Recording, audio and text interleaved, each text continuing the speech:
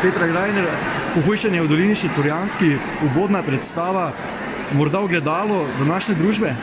Ne samo ogledalo družbe.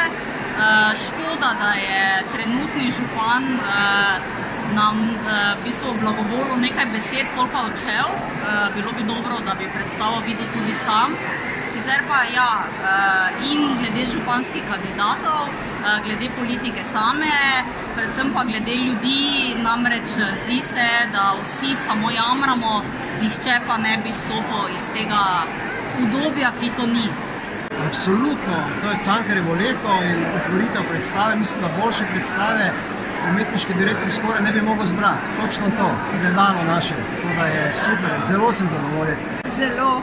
In danes, čeprav nekateri so manjkali, ker imajo soočenje, ampak zagotovo ne samo kandidati, kateri so aktualni, temveč današnja družba. Absolutno, se strinjam s tem. Kako se vam je zdelo danes otvoritev? Je odprla kakšno ogledalo s Mariborčane Slovencem? Mislim, včasih so bile bili imenitne, zdaj so to mladina prevzela, ne vem, da se ne držijo naših priborjenih pravic. Včasih bi fanfare, pa balkon, pa zunaj se je odprlo. Zdaj pa tako nekako potihem gre vse skupaj, sramežljivo. 53. Borštnikovo srečanje oziroma festival Borštnikov je malo spremenjen, je morda v krizi srednjih let? Tega ne bi vedela, je pa dejstvo, da se mi zdi škoda, da trenutni vodja oziroma njegov govor, jaz sem ga razumela kot, da je Borštnikov festival obudil od mrtvih. Temu ni tako, bi pa si želela mogoče malo drugačne dinamike. Kaj ne rečem? Še sem že star, sem že malo pozabil, kako je bilo včasih. Sem ves vesel, da sem res pozabil. Ker se mi zdi, mladina to nekako prevzema, ampak ne čutim prave energije mladine. Zmeri je nečesa manj. Zmeri manj. Jasno, da je zmeri manj tudi Borštnikovcev, prstancev. Samo že 5-6 komadov nas hodi na te otvoritve. Velikih je seveda že pokojnih, ker je treba pač imeti velik potrpljenje, da ostane živ. Da je v krizi srednjih let Borštnik?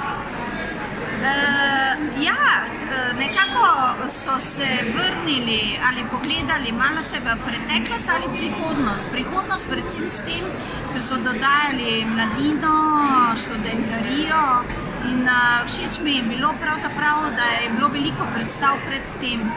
Ampak kriza srednjih let, zagotovo nisem jaz tista, katera bi lahko ugotavljala. Borštnik ni v krizi srednjih let, to so zdaj ta boljša leta za Borštnik. Je zelo dobro, 53. je zelo dobro štartalo, mislim, da je to dober zagon in da je to nova mladost Borštnika. So ta 53. leta mogoče šarmantna, bi lahko rekli? Ja, seveda šarmantna, bodrejša.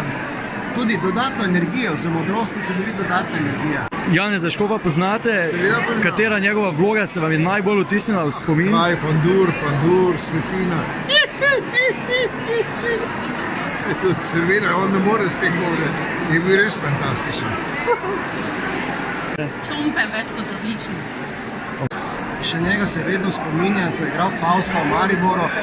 Pravzaprav smo skupaj začeli takrat v gledališču, tudi jaz sem začel pri Pandurjevem Faustu, še vedno ga vidim. Zame je najboljša vloga, čeprav ima veliko, še tudi drugačnih, ampak meni se je vtisnil spomin za Fausta. Janez Škof je izvrsten igralec, meni osebno zelo všeč, mlad in včasih pravzaprav se mi je všeč, da se podarjajo prstani mlajšim. Vendar sem se ravno včeraj vprašala, ker sem diskutirala z prijateljico, ki je tudi igralka, premlad.